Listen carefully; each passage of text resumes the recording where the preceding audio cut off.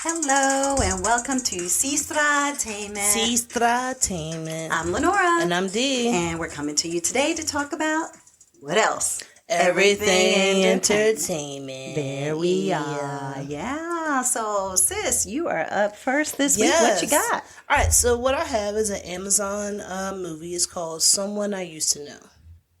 Now, everybody on this movie you've seen before. Okay. On other things. So, Alison Brie. Okay. You've seen her on Glow. Mm-hmm. Like her. I actually talked about her last week on Roar. She was on Roar. She was the one who had passed away. That's where I knew her. Okay, I was like, I know this actress from somewhere. Yeah. Oh my god. Okay. You also have Jay Ellis, where a lot of people know him from Insecure. Insecure. His ex-boyfriend. So he plays Sean, who is Allie's ex. Okay. You have Kiersey Clemens, who plays Cassidy, who was the fiance of Sean. You got Haley Joel Osment, which nobody really sees him talking about, but he plays the hilarious character of Jeremy, who is like the brother of Sean, who is just like the party guy, but he has a family and kids. But I mean, but he's hilarious with it. Is he the one from The Sixth Sense? Yeah. Okay, yeah, the young I kid. see I see dead people. Yeah. I haven't seen him in a lot of stuff. I know. Lately, You got Julie Haggerty, who plays Libby, who is Allie's mom. Okay. And then you have Danny Pudi, who plays Benny, who is the best friend of Sean, and also grew up with Allie. Okay. This movie is a rom-com. I'm not into rom-coms like that, okay? Facts. So bear with me with this.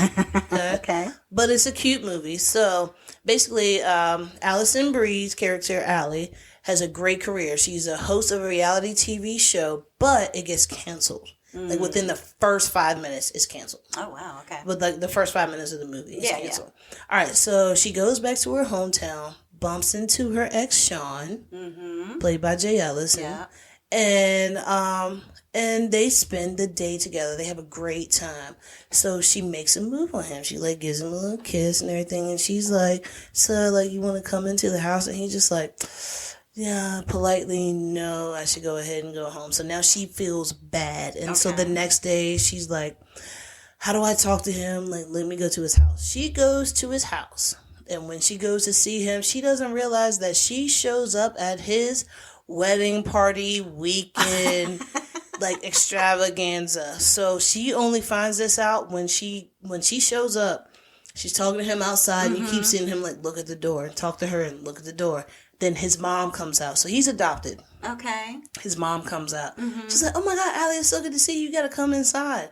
She still knows nothing. Everybody just standing around. Why wouldn't he tell her? She's just reminiscing with other people, because the only reason that he didn't tell her is because they had a moment where they were all day together. They was they were inseparable, and then they had shared a little kiss, and then as soon as she said you want to come inside, he was that's when he shut it down. Yeah. But I mean, once that happened, it gets weird. So now she's with all his family and friends. And from that, she starts to think about, oh my God, what would my life have been if I would have stayed here and not went to California to go pursue my career. So with her thinking about all of this, so she's basically what can I do? She's now so smitten with him because she has nothing in LA anymore. Yeah. So she wants him back. What does she do? She spends the whole weekend. That's their wedding. Now she knows he's getting married, but she's I'm going to get him back before he gets married. So she spends that whole weekend and tries to sabotage the wedding to get him back. Oh my goodness. I mean, she does some things. I'm just you gonna burn. You gonna burn. But anyway, so Cassidy is his fiance, and Cassidy kind of like sees right through her, and she's just like, you know what, honey, if you want her here, I want her here. That's fine. But then she talks to her friend. She's like, you see that trick over there? Oh, gotcha. Yeah. You see her, and it's like the whole family loves her. She was just like, that bitch. Like she's not liking this at all. But then later on throughout the movie, they become friends. Now, does the family like Cassidy? The family loves Cassidy. And then they're like, they love Allie as well. Yeah. So it's like, we love Allie from 12 years ago when they were like high school sweethearts. And now we love Cassidy because who she is. Cassidy is Allie 12 years later. 12 years 12 ago. years ago, yeah. So it's a little age gap. So Cassidy's in a band, her band. Okay. From if you watch the movie, her band's not that good. But you know what? Sean loves it. Sean's standing there smiling and everything. What does Sean's mom ask Allie to do?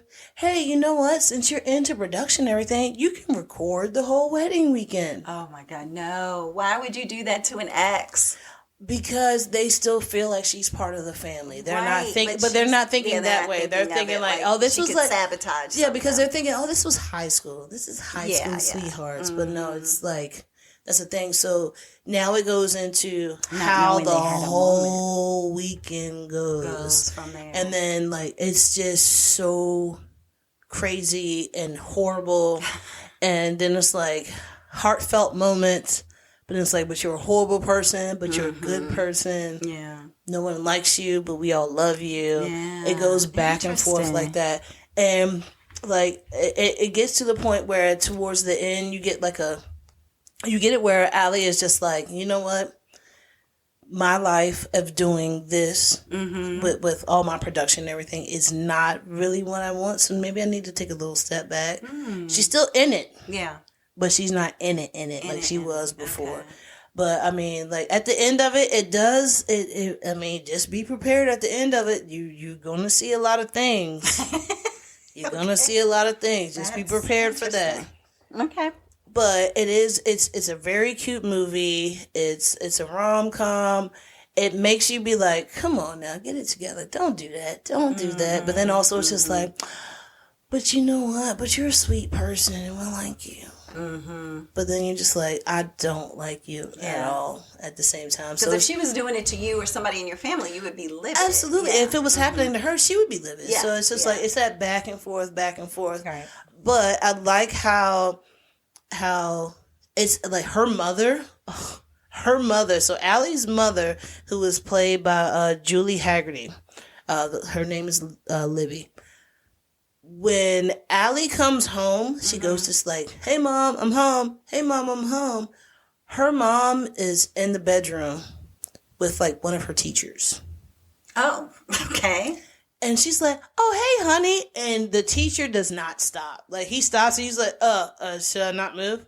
Can I keep moving? And she's like, honey, I'll be with you in a second. Oh, my God. Doors wide open. Like, it's a whole thing. Her mom is a free spirit. Her mom is definitely a free spirit. And if you know anything about Julie Haggerty, she has that soft spoken voice where she's like, well, honey, I mean, like, this is what... But then she's a freak. So it's just so funny. Oh, so, yeah, I just wanted to, like, bring that out. It's a really cute, funny movie. It is a rom-com, but it also makes you hate and love Allie at the same time. Hate and love Sean at the same time. The friend Danny Pudi, who's his character is Benny, is like the voice of reason. Okay. But no one listens to the who listens to the voice of reason. No. Your subconscious. What? No. Right. But no, it's really cute, but it's stressful. Okay. So I would definitely say watch it. Yeah, it sounds like it is well written. You know, very, in very regards much, to it being that, okay, 1 minute I love her, the next minute I hate her. And okay, now I love her. Exactly. Oh, I hate her. Yeah. You know, and it's like for them to be able to write it in such a way that you just don't love her completely. Like she's not like it's part protagonist, part antagonist, right? Yeah. Exactly. So I mean, like watching it, it's like you know people who are just like, I know this is a bad idea, but I'm gonna do it anyway. Yeah. But then you also know people who are just like, what are you doing? Yeah. You chill, relax. Relax. Yeah. Shout out to Mikey P. Relax. Mikey P. Yeah, Mikey P. So yeah, it's called Someone I Used to Know. Oh, Somebody I Used to Know. It's on Amazon. I was thinking that song, Somebody that I Used to Know. Yeah, that's what But it's cute. It's stressful, but I'm pretty sure you'll either like it or hate it. But I'm not going to say it's one of those that like watch it or not. I'm just going to say it's actually like watch the storyline is there for you to watch it. Yeah, you just might be upset while you watch. Roller coaster emotions. Roller coaster ride. Well, that's good. That's a good. So yeah, thing. It's very well written, like you said. Yeah. No, yeah. All right. So what do you have, ma'am? Yeah. So I have the Chris Rock Netflix special. I know I missed it. Well, you can still watch it. I know I can still watch it. Yeah, still watch it. It's called Selective Outrage. Yeah. So I didn't watch it live. Okay. Yeah. I watched it. It was live on Saturday night. I think. We both said last week we were going to watch it live. Yeah, I knew I wasn't going to watch it live. Yeah, we had too much going on Saturday. Shout out to Mom for her birthday. Yeah, birthday party. What? So Selective Outrage was the name of it, and so. It was only an hour and 9 minutes or something like that. So it wasn't long. But I mean, most comedy specials are usually 90 minutes. So yeah, that makes sense. I was expecting maybe an hour 20, something like that. But I guess it was only because of the fact that it was Netflix, which you're not used to seeing. You're used to seeing comedy on Netflix. You're not used to seeing anything live. Yeah. It was the first time. So then I was like, oh, wow, the first time. And somebody is going to get all dressed up, go sit in a theater for 1 hour, and then leave. I was just thinking maybe it'd be a little bit longer. But my thing is Netflix was smart with doing that because you know how many other streaming services are going to do the same thing? Oh, yeah, they're starting to try. Oh, my God. For sure. So it was called Selective Outrage because he was like, it's interesting how selective everybody is with their outrage. So I don't want to tell any of his jokes because I'm not going to give them any justice, so I really can't talk about it, but for so long. But he did have some jokes just about things like, you play Michael Jackson, but you won't play R. Kelly. R. Kelly's the worst person in the absolute world. But they both had things. Yeah, had things. But then it's allegedly. Allegedly to convicted. Convicted, right, exactly. But then also if you're believing a story on one end and you believe a story on the other end, then why do you listen to music one way and not the other? Same thing with Chris Brown or whoever else, people who threw Michael Vick under the bus, and all of that kind of stuff. So anyway, he's like, people just have selective outrage. And so he went on to talk about a little of everything. He talked about the Kardashians, and he basically was like, how Meghan Markle and Harry are saying, oh, well, the royals are racist. And he was like, they're the royals. They literally moved into every Caribbean place and made they're it colonizers. Exactly. They're colonizers. That was their whole job in life. Was to take over things because that goes back hundreds and hundreds of years. Hundreds of years. And so therefore he was like, so if you didn't want to be in a family of racists, you should have joined the Kardashians because they accept everybody. Right? That's very true. So he kind of talked to that. He talked about abortion. Oh, wow. Okay. And he talked about him paying for abortions. He just talked about everything in regards to that. He talked about the Capitol riots. Oh, wow. Okay. And what was going on with that. Selective outrage. Okay. I guess the Meghan Markle thing. Selective outrage. You're upset about the racism of the family, but yet you're in the family. Colonizers, and you should have known better. And not to say every royal, is racist, but at the same time, it's that there's a history of overtaking. Absolutely. And, the queen is on their money, and, obviously they're not British, so, they moved in and took some things over. So, and then you had, he was talking about Snoop Dogg and some things with that. He just talked about a lot of different things. Yeah. I don't think it was anything selective outrage with Snoop, but he was just talking about just different people in general. He talked a little Dave Chappelle. He talked a little, Snoop. He talked a little. So just basically people who have gone through some things that he was talking about? You just have to watch it to get how he ties different things in together. Okay. And so he did end up talking about Will Smith. Of course. Yeah. So, but of course he left all of that to the end. You have to. You have to, because if you talk about him about that, then everybody cut it off. Everybody's like, okay, I'm done. He talked about it. Maybe he'll talk about it a little more. Maybe I'll wait around and see. Oh, he's not. Okay, I'll just move on. So he did talk about that. It was the very end. Yeah, what the five fingers said to the face. Smack. Well, I do know that this part they actually did play quite a bit on television after his special, was him talking about how anybody who says that words hurt haven't been punched in the face. Oh, yeah, absolutely not. So he's like, words hurt, but being slapped in the face hurts as well. And he did say national that television. Right. And he said that people, did wonder why he didn't retaliate. So he talks about that. He talks about how he and Will had beef. They had some concerns before, but he said that to him, Jada started it. That's what he was saying on this special, is that Jada started it back when he was hosting the Oscars years ago. I do remember So he's just saying that, hey, if she started, I'm gonna finish it. Kind of. I feel like it's more of like him saying that Will is like henpecked, kind of. Yeah, but basically, he did kind of say, "Look, there is nothing that I could have said or done that is worse than your wife screwing an entanglement, your son's best friend, an entanglement with August Alsina." Exactly. So he was like, hey. My words could hurt a little, but what she did to you, and he just kept using certain word to discuss Will so many times. I won't even say what but he did it so many times that you were just like, oh, he wants to agitate him. Like, he wants to verbally agitate him right now. But I get that, though, because he didn't retaliate at that moment. Yeah. You know what he did? He just festered it all up and just wrote it all down. Yeah. And tested it out in the market over the past year. And then it's funny because Oscars are getting ready to come right back up again. So it's right around that would be funny if there was like, and Chris Rock is going to host the Oscars again. Yeah. But so I thought that it was good. I'm not a comedy person. Yeah, no, you're not. I've watched Chris Rock before. I watched Dave Chappelle, different comics, but I don't laugh at a lot of things. Yeah, because you're a dry humor person. I'm a very dry humor person. You want the humor that you have to think about. Right, exactly. You want the Larry David humor. Yeah, I like a Larry David humor. Yeah. And so based on that, I actually did laugh at a couple of things, I was just like, oh, okay. So if I laughed at a couple of things, everybody else will laugh at everything. Yeah, so that's just kind of how I'm wired. Yeah. But I thought that it was a good special, and he talked about some interesting topics, some of which were controversial, I guess. But he still wasn't as he was controversial, but he wasn't as controversial as Dave Chappelle. Like, Dave Chappelle takes it to like another level with his controversial comments and topics and things. Because Dave Chappelle just don't care. He walks up to the line, and then he puts his toe over the line, and then he steps back. Yeah. You know what I mean?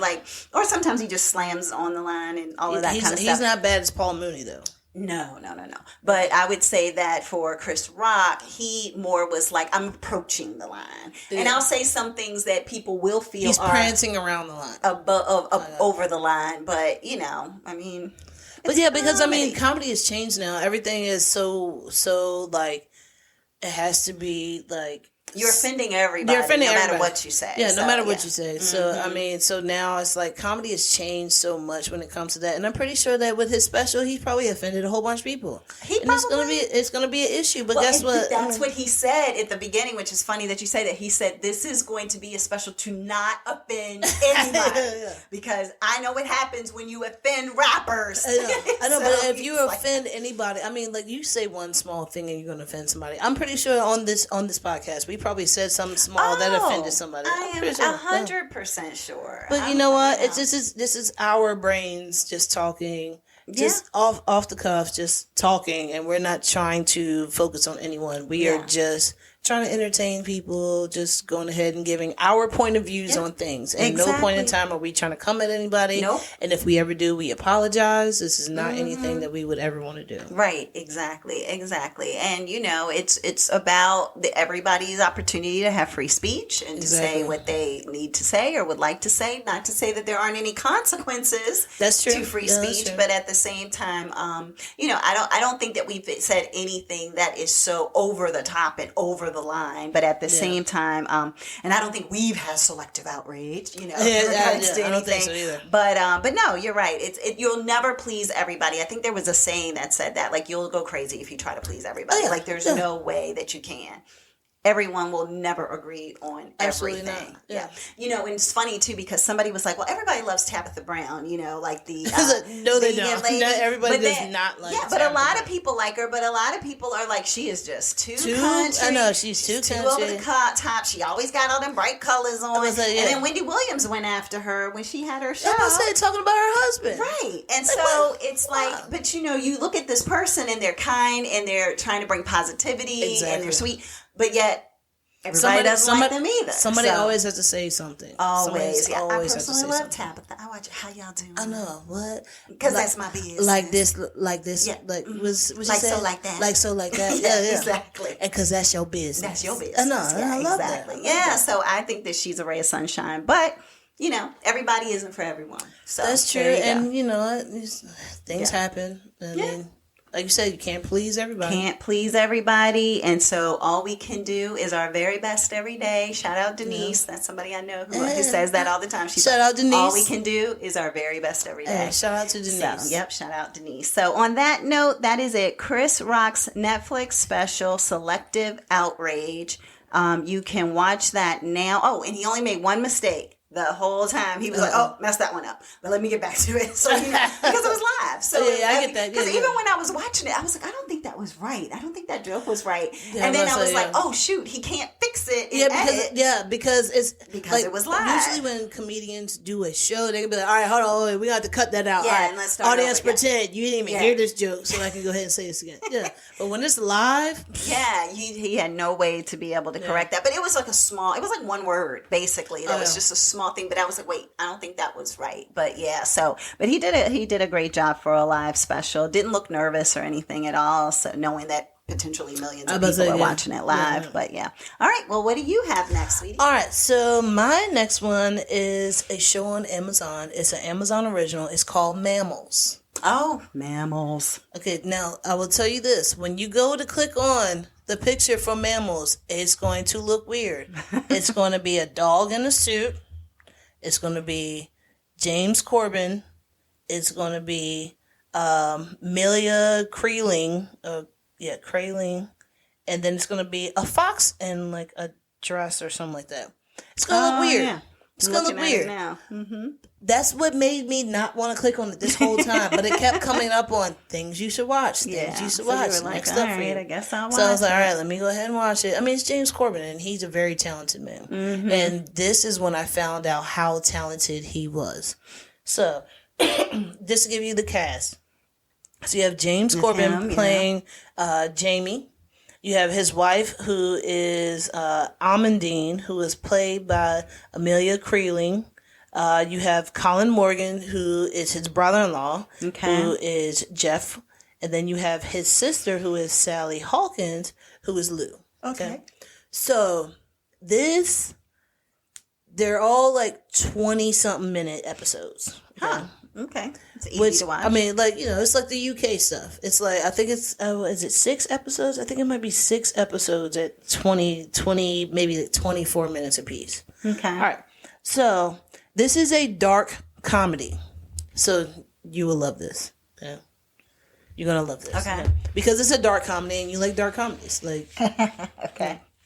So, basically how it starts is you have James Corbin and his wife. So you have Jamie and Amandine. Okay. They are driving like on the foothills of, I don't even know where they are at. Like it looks like Ireland. It could be England, Scotland. I don't know. But they're driving like along where the cliffs and everything are. And it's like, honey, he's telling her, he's like, we have to go because our whole thing was we have to be in the hot tub that is on the cliff so we can watch the sunset while we are drinking champagne. Okay. So he just like, just floor it. She's like, honey, like, no, I don't want to do this. He's just like, but if we die, this would be the best death ever because Lord. If we go off the cliff, people are going to talk about this for years. And she's like, okay. And she like speeds through. Oh, no. So then they get to the little cabin or whatever that they're staying at. Yeah. And then she's like, well, I have to, like, let me go and, like, change my clothes. He was like, it's no time for that. And then they jump into the hot tub, open up the champagne. He's drinking the champagne. She cheers him. He's drinking it. She's just sitting there, you know. And then this is when it starts to get dark. Okay. So she's in the shower. And he's just like, hey, honey, like, oh my God, I think I just saw a whale. Like, a whale just shot out the water, landed, and like, this is amazing. She was like, and he looks over. Who is it? Tom Jones is in the cabin beside them. He was like, look, so he stops and he's like, he looks and he was like, that's Tom Jones. That's Tom Jones. Oh my God, it's Tom Jones. Honey, there's whales and there's Tom Jones. So he runs inside and she is crying. She's in so much pain. Ends up that she was pregnant and she ends up losing the baby. Aww. So from there, that's when it starts to get kind of dark. So you already said that though. But I'm saying like darker. No, I mean like that's where it starts to get like really dark to where that's where the storyline starts. Okay. All right. So with this, they're in the hospital. He comes and he's just like, honey, like, I couldn't have been in the room with you. I'm sorry we lost the baby, because they lost the baby. Mm-hmm. And she's just like, can you just call my family, blah, blah, blah. He was like, I don't have anybody's numbers. She gives him the phone. He's calling everybody, then goes through her text messages. Oh, boy. He should not have done that. Once he does that, then he sees the name Paul, and then he sees all the text messages between her and Paul. So now he is outside of their cabin while she's still in the hospital. Uh-huh. And reading this, and Tom Jones comes up and he was like, hey, like, you're right beside me. I'm Tom Jones. And he was just like, huh, and throws up in front of Tom Jones. Oh, and Tom Jones was like, are you okay? He was like, you're Tom Jones. As he wipes the vomit off his mouth, you're Tom Jones. And then he just walks away. So now he goes into like this depressive state, but because he loves his wife so much, he says nothing. It's like you are already hurting from the fact that we have lost this child. Right. I'm not going to add extra onto this. Yeah. We can deal with this later. But he just keeps going on with it. And then he gets his brother-in-law, who is Jeff, to go ahead and look into this more.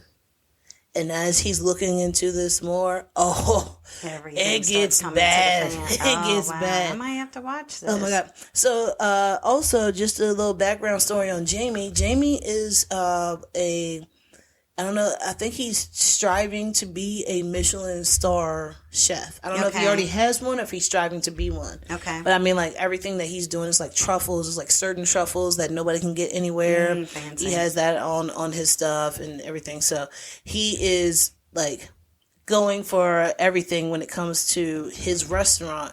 But then he's dealing with home things, which makes him stress out more. So now he's slacking off at the restaurant, trying to get like his sous chef and everything to go ahead and like pick up from where he's like not being able to, be there like he needs to. Mm-hmm. Now it's fast forward time, and now it's that he is so into everything about what's going on with the phone that came from his wife and his brother-in-law finding all this stuff. Yeah. That he is like, I need to see it. I need to know this. I need to know this. I want to know this. I want to know this. His brother-in-law is like, yeah, mate, no, let's not do this. Do you need to? Really? You don't need to do this. Like, you got a big opening coming up. You got all this stuff coming up. He's like, nope, I want to see it. I want to see it. So it gets crazy from there. Also, what ends up happening is that you realize that everybody in the the TV show, had secrets. Everybody. His sister Lou, weirdly, is obsessed with Coco Chanel. Okay. She buys her husband a book for his birthday, and the outside cover of the book says one thing, and then when you open it up, she's going to like write where the forward and everything is to write him like a handwritten note, and it says Coco Chanel. She's just like, wait. So you see her flip the outside, flip the inside. It's like, what? Starts reading the book and starts fantasizing about working for Coco Chanel. Why that is part of the story, I don't even know. I don't even know why it fits in there. But it's entertaining. Yeah, that's random. Yeah, it's random, but it's entertaining. Interesting. So, but then later on, like towards the end of the season, because like I said, it's only 6 episodes. So like the entire thing is like an hour and a half long. So like by the last closer to the last episode, you get the storyline of Amandine and Jamie of how they met. And how they met is the same thing that happens with him and Amandine now. Huh. Yeah. I'm trying to tell you that, like, when I was watching, I was like, this is... So do we know... Well, go ahead. What were you going to say? I was saying, like, when you start watching, it's like, this all ties in together. It's like, this is a weird show, but I'm here for it. Yeah. But then also I'm like, but where is all this coming from? Yeah, and where then, is it going? But then once you, oh my God, let me tell you, the last episode, the last few minutes, you were like, get out of here. I don't believe this. Wow. This is you have sold it. Insane. That's the end of it makes you want to watch it. Like, I want to watch it again. Just to see if all this stuff together, just to see if I missed anything. Oh my God! Okay. Oh my God! Wow! Like, it is.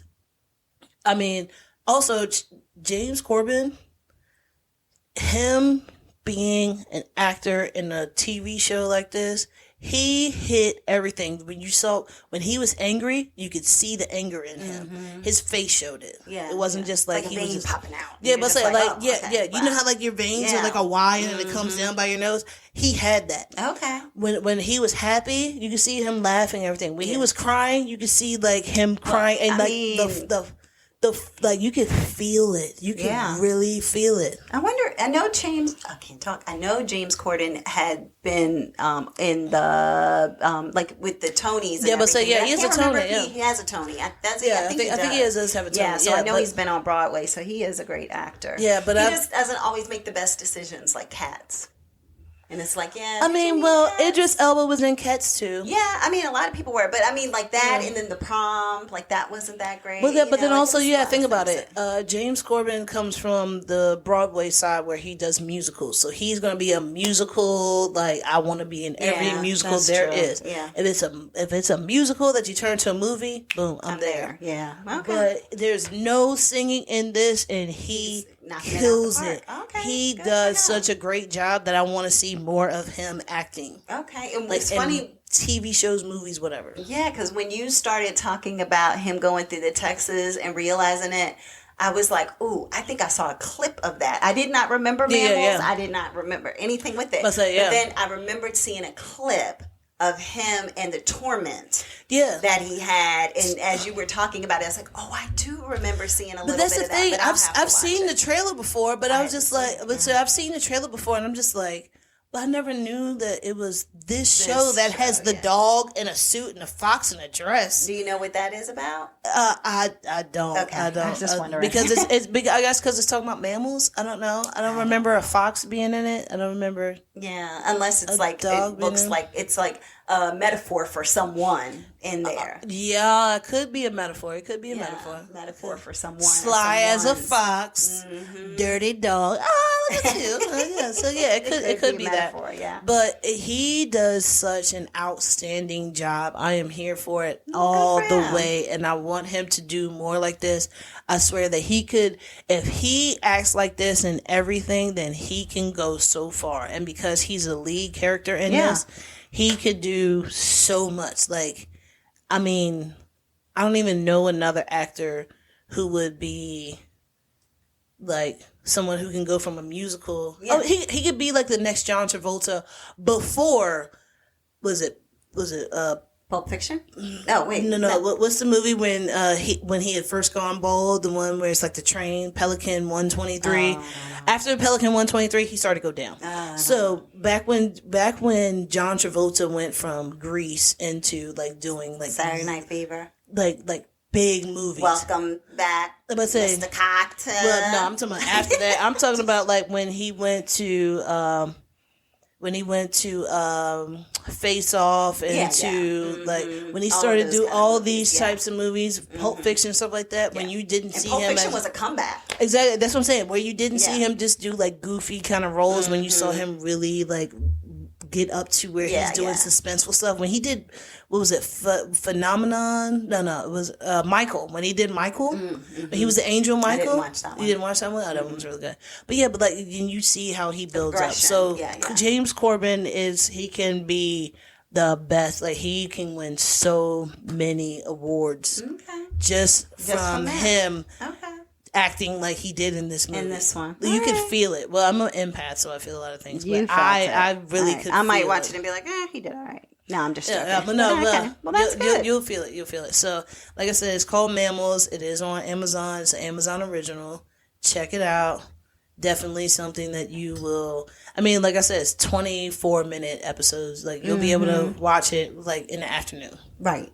Yeah, they're quick. Yeah. Okay, awesome. Check it out. Yeah, but I will definitely check that one out. The twist at the end. Oh, y'all should see her in here moving around at the end. Oh my gosh. Okay. All right. What do you have next? Got it. Well, I have Velma on HBO Max. The cartoon. So, the cartoon. So I'm not a cartoon person. I'm not a Simpsons person. I'm not a Beavis and Butthead or any of that kind of stuff. But I always had a special place in my heart for Scooby-Doo.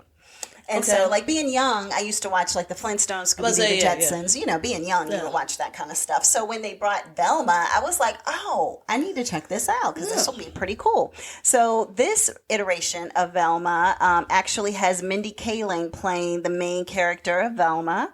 And Constance Wu is playing Daphne. So you know her from Fresh Off the Boat and the Hustlers and all that. You have Sam Richardson, who's playing basically a Shaggy type character, Norville. And so Sam Richardson, who is from Veep. He was Okay. So he was in Veep. He played, oh gosh, I can't even remember his name. I was thinking Sam Waterston, the guy from was it Law and Order and Grace and Frankie? I was thinking of him. That's what I was like, wait, what? Like, no, not him.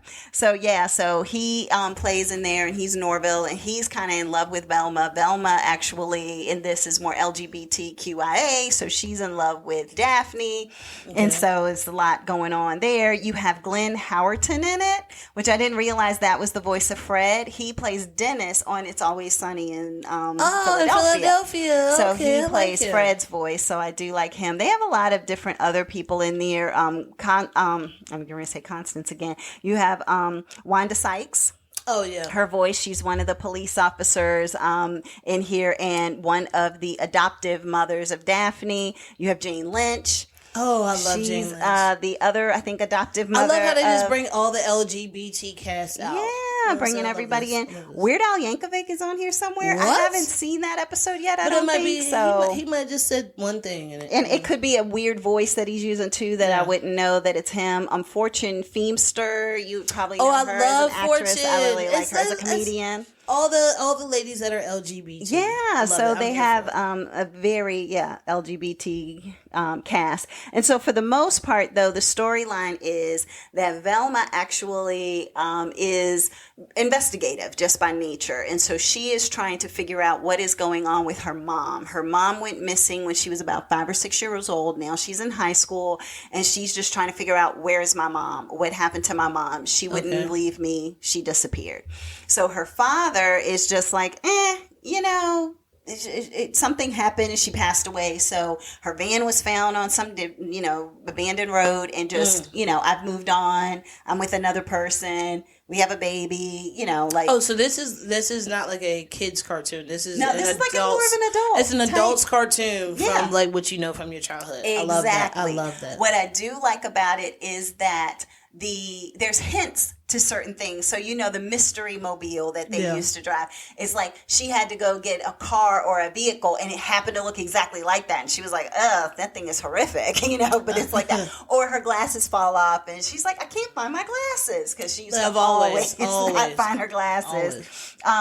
It's just a few little nods to the original show, but it's definitely not the original show. Yeah. So it is all about, of course, solving a situation of a crime or a mystery. And then there are those sentences that they'll say something like, and I would have gotten away with it too. Because, they would always say that. And we would have gotten away with it too if it wasn't for you meddling kids or something like that. When you pull the mask off. Yeah, exactly. And they'll get almost to saying that sentence, but then they'll switch it and say something else. So it's kind of funny. So they get close. But Mr. Robinson. Right. Yeah, exactly. And so you're on this journey with her, but as she gets closer to trying to find out about her mom's disappearance, she starts having panic attacks. And her panic attacks start like really taking over her entire body to the point that she basically will pass out. And it's like, it just looks like evil is just surrounding her as she is trying to get closer and closer to figuring out. And it's all mental for her. Okay. And she thinks it's because of the fact that her father doesn't believe her. And so she's like, if I can only get my dad to believe me that my mom is still living, then these panic attacks and these visions will go away, and I won't be kind of burdened and, feeling as though I am, evil is all around me. And so, she starts on that quest. Again, she's in love with Daphne. They've been best friends their whole lives, and they're kind of interested in each other, but just don't want to ruin the friendship. Velma in here is very selfish. Like, she is she's like that protagonist, antagonist kind of scenario, because she is just like, yeah, I'm doing the best I can, and I'm always going to do this and that. But she's so selfish that, like, when her friends need her, she's like, but I'm worried about me right now. So you go ahead and focus on you, and I'll worry about me, or I'll ignore your phone call. But but is that selfish or is that self-care? There's a difference. The way they portray it in here is selfish. Okay. Yeah, it's just more like everything is about me. I know you like me, like to the Norville character, right? I know you like me. I know you want to date me. I just want to use you for my purposes of what I'm trying to do to get what I need for me finding my mom. Yeah, and then he's just like, good. I'm going to stop doing that. Like, why am I pining over you? There's a girl pining over me, and I'm ignoring her because I'm in love with you. Yeah. So then, that becomes a dynamic. And then she's like, what? Huh? Who are you to want somebody else? And it's like, well, you don't want me. You want Daphne. So it's like these weird games that are being played in a lot of things in a lot of different directions. And they're still in like high school age? Yep, they're high school age. They had the little prom and stuff like that. So it's the new high school age, because I feel like that's all the drama that these younger high school kids are going through. Like, they're going through so much different things than any of either one of our generations have gone through. They have to grow up so fast and do so much. So. Yeah, very true, very true. So it definitely feels like a high school / more adult type comedy. I feel like there's even some profanity in there occasionally because it is HBO Max, so they'll throw some of that stuff in there. So when you had mentioned earlier, it's not a kid's, Yeah, it's not a kid's cartoon. Yeah, cartoon. It's not. Yeah, for sure. But I'm not going to spend much time on it. It's in its first season. I did see something that said it got renewed, so it will have a second season. It's 30-minute episodes, if that. They're pretty short episodes, and I've just thought it's been cute. It's like something that I'll just put on and be like, oh, what's going on in the world of all of our, Velma and Fred and all of that kind of stuff. And Fred, they portray him as being more of like a womanizer. Like, he's just all out. He's rich, and he can go and have any woman that he wants. The ascot? The ascot? Yeah. Oh, no, I don't think he has the ascot. Oh, okay. I don't remember seeing that. But he's rich, and his father is very insistent that he take over the family business and all this kind of stuff. And then at some point, Fred ends up getting like a woman's empowerment book. And he ends up not having any choice but to read it. And then he's like, oh my gosh, women are amazing. What about he's a feminist now? I love it. But I love that. So definitely a woman wrote Velma. I can see that. It was probably Mindy Kaling, I think. She probably focused a lot on it. I can't remember if she is the writer of it, but I know she's been involved in it for sure. So it's a cute show. It doesn't have great ratings, but I think it's because you're used to Velma, Fred, Daphne, everybody being a bunch of white teenagers. Yeah, exactly. And in this, you have the Shaggy character as a black guy. You have Velma. Yeah. Velma is funny because she even makes jokes about the fact that she's like, well, you call me like that. You say that I'm Hispanic, but I'm not. And you're like looking at her like you can't really tell. She's because she's brown skinned, but she can't tell exactly what she is. Exactly. So she's not saying what she is. So she's like, well, is Velma black? No, she's not black. Okay, but she's not Native American. She's not Hispanic. Is she like Asian Pacific Islander? Yeah, she's like not Latin. She's not anything. Like, what is it? What is it? So it's the mystery. So when people say things to her, and she's like, "You've been calling me this since forever," and it's just like, "But what are you?" I know, but not that it should matter, but it's like they're playing into that in the show. Because you got to think about it. How many times have somebody who has been brown skinned been getting that? Yeah, like, and what are you? Yeah, exactly. Yeah, like two of my friends, like Eleanor and Risham, they have always gotten totally different than what their actual ethnicity is. Yeah. I'm just like, do you care? And they're like, no, we love it when they're just like, so are you? Yeah. No, I'm not. Yeah, I'm exotic. That's what I am. Risham will definitely pull out a British accent. I'm like, when did this come from?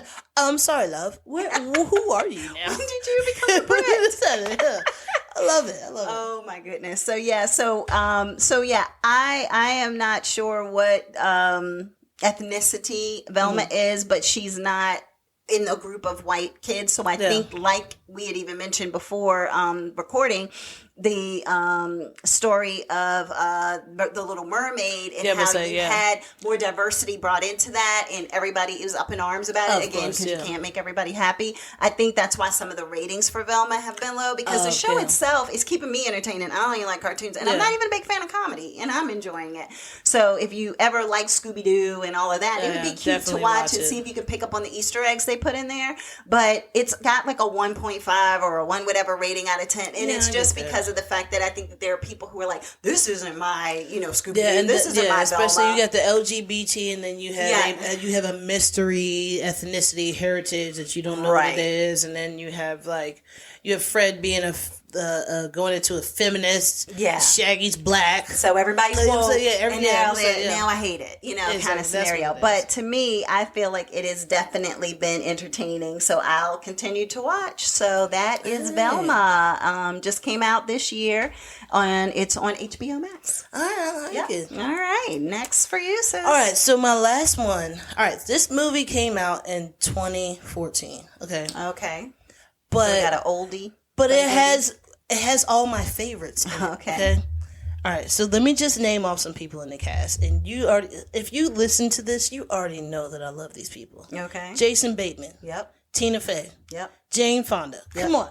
Just the top three. Alone. Just like, okay. All right, we got Adam. We got Adam Driver. We have Rose Bren. Oh yeah, I love Rose. Love her. I love her. We have Corey Stoll. Oh my God, Catherine Hahn. Love her. She's great. Love her. WandaVision? What? I know, right? Connie Britton. We have Timothy. Now you got me like, what movie was this? That's it. Yes. All right. So this movie is This Is Where I Leave You. Oh, I have seen something. I remember watching this probably in 2015. I never watched it, but I remember the name. But let me tell you this. When I rewatched it, it was like watching it for the first time, because I remember what happened, but I was like, but I don't remember exactly how it happened.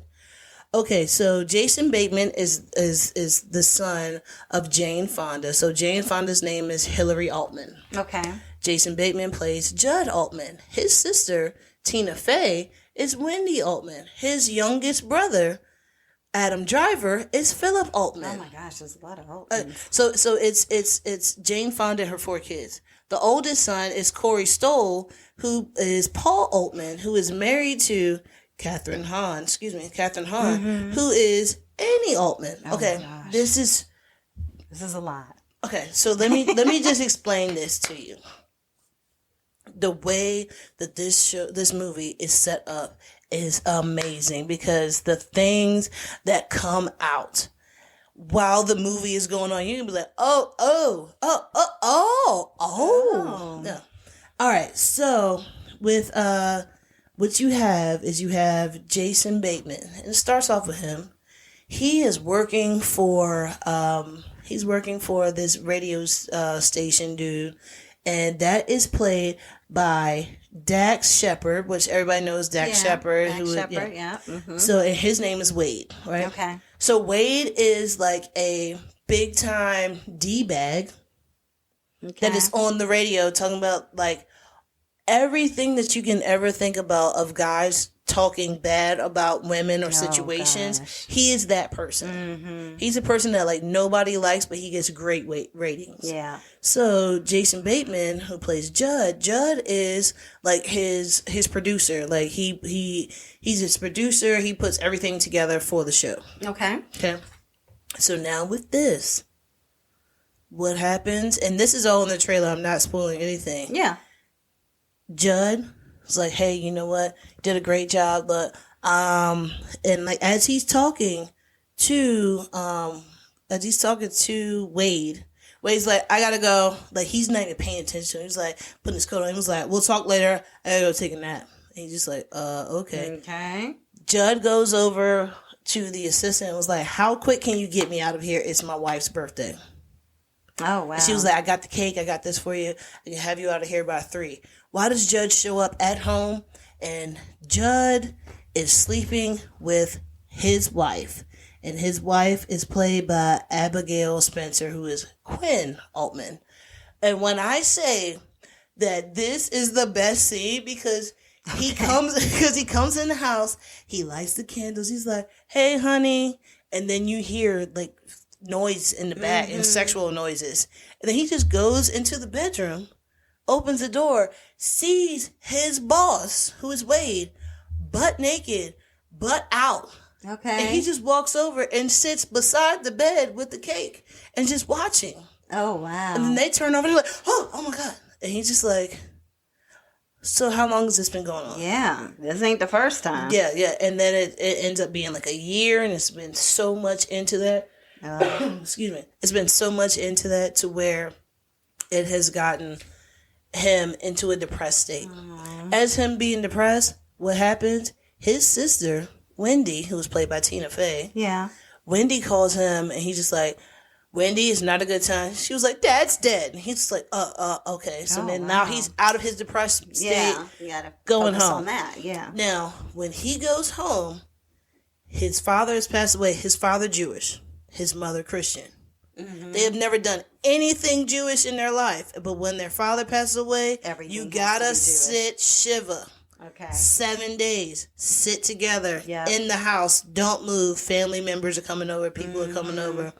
And this is the worst thing for their family because the siblings don't get along. Oh, gosh. Well, mainly they don't get along with Paul, who is the oldest brother.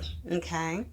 And who plays Paul again? Paul is played by, oh my God, what was his name? Sorry. Corey Stoll. Okay. But I mean, like, when Paul was like, yeah, I used to be cool. And it was like, Paul, you were never cool. Like, nobody really liked you. We just had you around because we could do things because you were older brother. Yeah. We can get away with it. So, Adam Driver, this is another thing. Adam Driver, him being the little brother that he is, who reminds me of myself, the one who just like awkward when it comes to like death and things like that. It's like you got to make a joke out of everything. Him playing this role and then going into like the roles that he's gotten now, where he's like, what's his name? Kylo Ren, and he's been like all this stuff. Star Wars and stuff. Like going into all of that.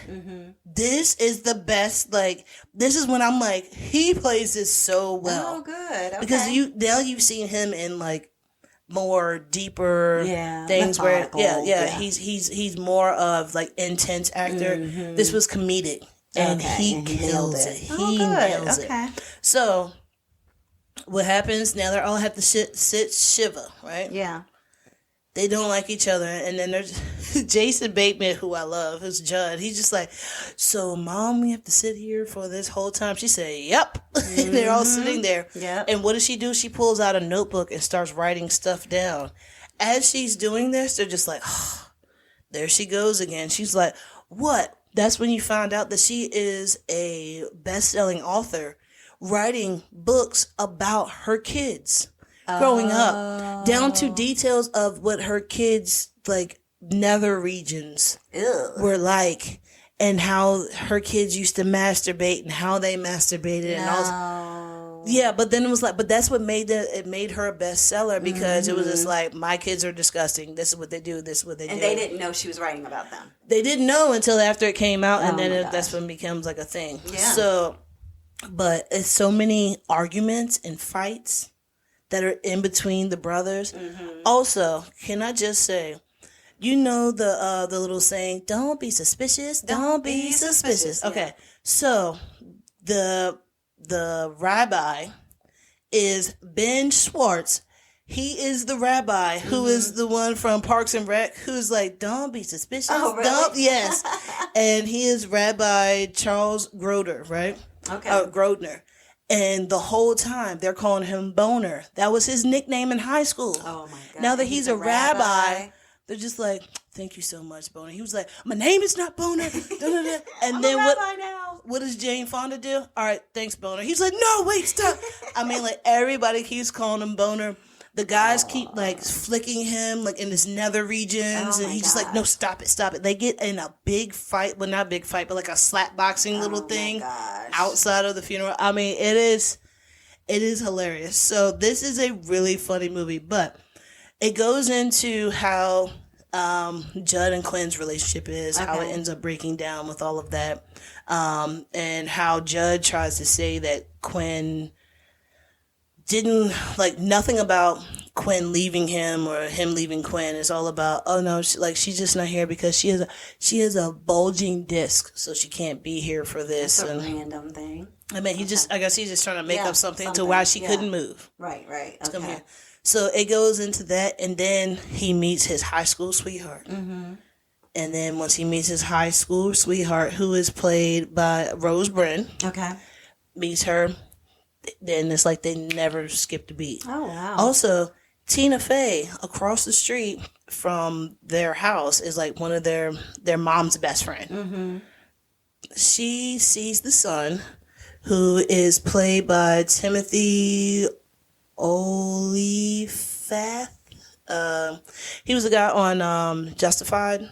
Oh, yeah. Mm-hmm. Yeah. And his name is Horry. His name is Horry. So they used to be high school sweethearts. Mm-hmm. And then he gets a brain injury, and she has to, like, Wendy has to leave and go ahead and pursue her life because she can't stay there. Mm-hmm. As that's happening, now you get that whole backstory. That's a story, yeah. You get, like, the backstory of Judd and Penny. Like, you get so many backstories, and then, I mean, it's so funny. It's I don't even know. It reminds me of, like, when your family is forced to be together, but you don't want to be together. Mm-hmm. And because it's awkward, you have to make jokes. Yeah. And then everybody laughs. Mm-hmm. But it's like all the people around are just like, these people are crazy. Right. Yeah. These people are not. This should not happen. But please watch it. It is so funny. It is so good. It's called This Is Where I Leave You. You can watch it on Showtime. You can watch it on Netflix. It's a bunch of different, I think it's those two places where you can watch it. And it's so good. And it has all my favorites in it. Yeah, it's got a lot of people in it. I know, that's why I love it so much. Oh, so happy for you. So happy for you. For you. All right. Well, then my last one, actually, and this will be pretty quick. It's a show on Sci-Fi Channel, but I've been watching it on Peacock. I guess they're connected. But it's called The Ark. Oh, yeah, not the arch, like the Noah's Ark, but like the Noah's Ark. Very, very astute. Yeah. So, it is a story about a spacecraft, Ark 1, that it actually is being sent on a mission to go into space to find a place where basically people on Earth can live. So they sent this group of people, and they all had certain gifts or specialties for the most part. There's a few people I feel like they're just like... They had money so they can go? They had money and they could go, or not even as much money, influencers. Yeah, influencers. Who would just be like, hi, everybody. I know, but then that still makes them have money. Yeah. So, it's just like, okay. This space shuttle is brought to you by L'Oreal. Yeah, exactly. And so what ends up happening is that everybody is put in these cryogenic chambers to sleep for the most part. for the duration of the trip, which could take years. However many light years. Yeah, years and years and years. And so what ends up happening is the story really starts with everybody being in those chambers already. And then there's a catastrophic meteor shower that hits the Ark in the sky. And based on that, it ends up breaking a lot of stuff apart and things are happening. And then it becomes this story of when all of the senior leadership died because of the fact that they got hit in that part with the Ark, and you don't have any food, you don't have any resources, and you're on this Ark. Do they have air? They have air. Okay, that's good.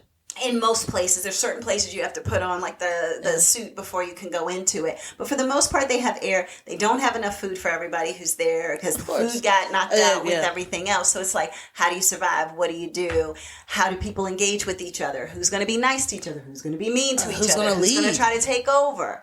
Who's doing what? And then, by the way, they had something happen where they said, okay, somebody has to go outside and, you got to fix something. Always on a space show, you got to repair something and fix something on a space station or a rocket or whatever. Yeah. So the person is out there. Well, there's some weird looking substance that he puts his hand on and it starts eating through the glove. Oh my God. And then it starts getting to his fingers, and then the next thing you know, like he's got like frostbite and stuff, so they pull him inside real quick, and they're just like, oh my gosh, like what's going on? But it was what he touched that was causing all of this stuff to happen.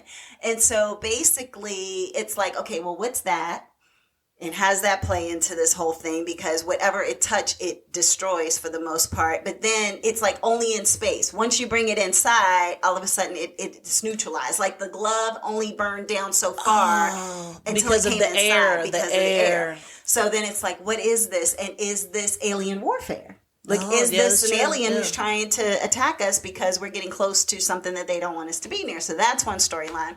Another storyline is that people have died on this ship and they think that some of it's murder. So then it becomes who killed who and why and who can trust who and can you trust the captain? Can you trust the people who are in charge? Then it becomes a scenario of they don't have any water. So they're trying to find a meteor that is an icy meteor that has a tail to it so they can connect to it so that they can get the water from it and have that going on. But then it's also like, but did you want that water from that meteor? Well, then there becomes a scenario that you don't know if it's tied to the meteor at the point that I'm at on this show right now, where people start to have hallucinations. Oh, yeah. So it's like, I left my husband and child at home and now I'm seeing them on the ship and I'm hearing a baby crying all the time. Or I see my captain, my boss, who I was having an affair with, sitting right beside me and trying to kiss me and talk to me and, yada, yada, yada. Or I see the doctor who told me to come on this trip and they were going to teach me everything that they knew, who died because they were in the captain's chamber with the meteor. And now I'm fussing at them because you left me here and now I have to be the only doctor on this whole ship.